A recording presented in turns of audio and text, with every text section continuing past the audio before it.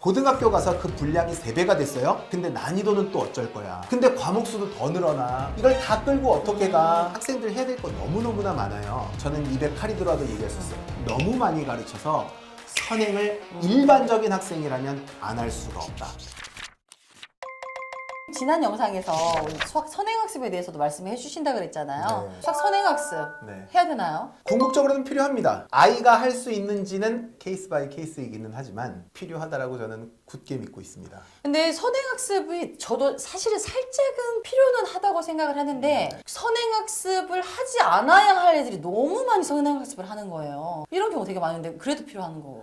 결국은 우리 초등학교 때부터 계속해서 알게 모르게 입시가 작동을 하고 있어요. 외국어 중에서도 영어를 열심히 하는 이유가 수능에 영어 과목이 있잖아요. 그러니까 이게 궁극적으로 대입에 연관이 있냐 없냐로 생각한다면 수학도 역시 마찬가지인 거죠. 고3 끝날 때 이때에 보다 높은 등급, 높은 점수를 받기 위해서 12년 동안 경주를 하는데 너무 초등학교 1학년, 2학년 때부터 과도한 선행에 몰입될 필요는 없을 거고 다만 시간이 좀 지나서 뒤에 마무리하기 전에 복습할 수 있는 시간이 필요하다고 말씀을 드렸고 일선 학교의 대부분은 킬러 문제 이런 것들을 대비해주지 못하고 있어요. 근데 학생은 더 높은 수준의 어떤 목표가 있는데 그러면 그런 킬러 문제까지 소화할 수 있는 대비할 수 있는 시간적 여력도 있어야 되는데 그걸 하기 위해서는 진도가 조금 미리 끝나줘야 고등학교에 가게 되면 내신도 해야 되죠. 수능도 해야 되죠. 그리고 또 학교생활기록부라고 하는 비교과도 해야 되죠. 그러면 이거를 3개를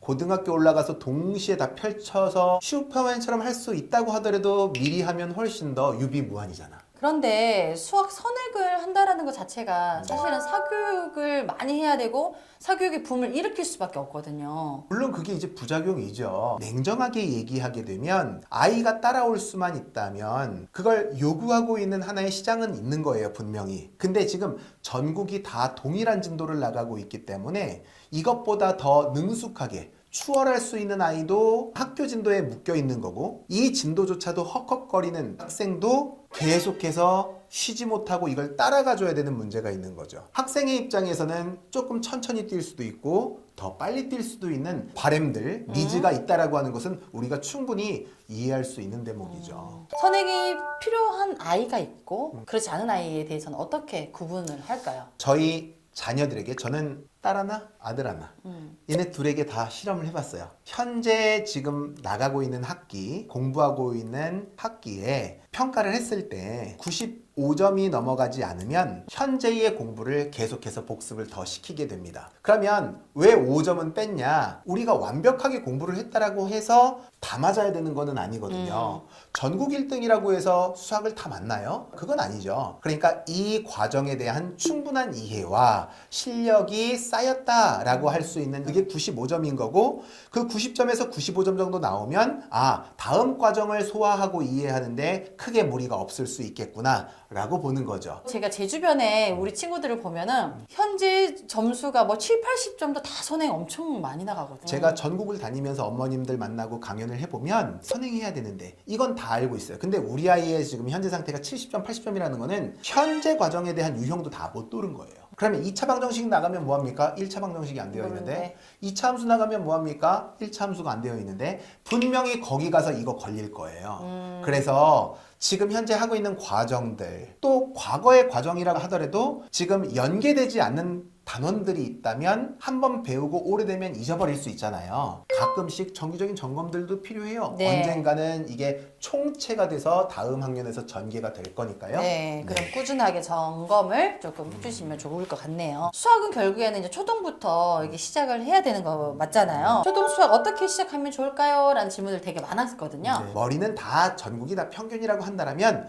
궁극적으로는 가장 큰 변수는 학습량이에요. 학습량이라고 하는 것이 쌓이고 쌓이다가 복습의 횟수가 난 1부터 100까지 다 했어. 그렇다고 그쵸? 100점이 나온다는 보장이 없으니까. 네. 그러면 이걸 복습을 계속 해줘야 될 거 아니에요. 그러면 이걸 시작하는 연령이 저 앞으로 가게 되어 있어요. 근데 이게 지금 내 수준을 고려하지 않고 무조건 앞으로 당기고 7, 80점인데도 불구하고 다음 과정 마음이 조급하면 이거 다 엉망진창되고 처음부터 새로 해야 되는 문제가 발생할 수 있는 거죠. 학원을 다니는 거와 진도를 어디 나가는 거냐는 조금 별도의 문제일 수는 있기는 한데 평균 데이터를 가지고 말씀을 좀 드린다면 중학교 2학년 때, 3학년 때 자기 학년 거 해서는 고등학교 가서 물립니다. 중학교 때 제일 자습서 분량이 두꺼운 게 교학사예요. 교학사 중1, 중2, 중3 합치면 880페이지 나옵니다. 근데 고등학교 올라가게 되면 현재 기준으로 2500페이지 나와요. 학교에서 이걸 밀도 있게 가르쳐 줄 수 있다 없다? 없죠. 불가능해. 정부가 너무 많이 가르치고 있어 지금. 근데 선생님이 설명하는 걸 아이들이 잘 따라갈 수 있다 없다? 없다. 중학교 때 880페이지도 해결이 안 되었던 우리 학생들 고등학교 가서 그 분량이 3배가 됐어요? 근데 난이도는 또 어쩔 거야. 근데 과목 수도 더 늘어나. 이걸 다 끌고 어떻게 가? 학생들 해야 될 거 너무너무나 많아요. 정부가 이 영상을 보고 저를 진짜 체포해 간다고 하더라도 저는 입에 칼이 들어와도 얘기할 수 있어요. 너무 많이 가르쳐서 선행을 일반적인 학생이라면 안 할 수가 없다. 사실은 저는 반대를 했던 이유가 뭐냐면 선행 따라가다가 너무 급급해가지고 현행도 너무 못하고 이런 애들 되게 많이 봤거든요. 근데 또 선행을 또 해야 된다는 강박관념에 부모님들이 사교육비만 엄청 들고 애들은 힘들어하고 결론은 고등학교 가기 전에 수포자들 나오기 시작하더라고요. 그거 우려가 되는 거죠. 그래서 그 전제 조건이 하나가 있어요. 현재 상태가 어떠하냐. 그러니까 너는 선행을 나갈 수 있는 자격이 되느냐. 현재 상태의 완성도가 충분했을 때 선행을 나가는 것은 미덕이다. 학습 관리의 효율적인 방향이 될 수 있을 것이다. 라고 좀 보는 거죠. 수학을 잘 하고 싶고 우리 부모님 잘 끌고 싶은데 어떻게 하면 잘할 수 있을까? 이 되게 노하우 엄청 많으시잖아요. 하나만 말씀을 드리면 장기 계획표를 설계하세요.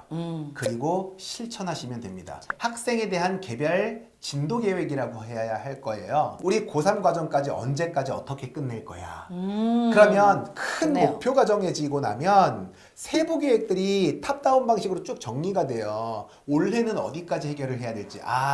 선행은커녕 연산이라도 해결하자. 혹은 선행은커녕 지금 하고 있는 교과 진도라도 잘 맞추어 놓자.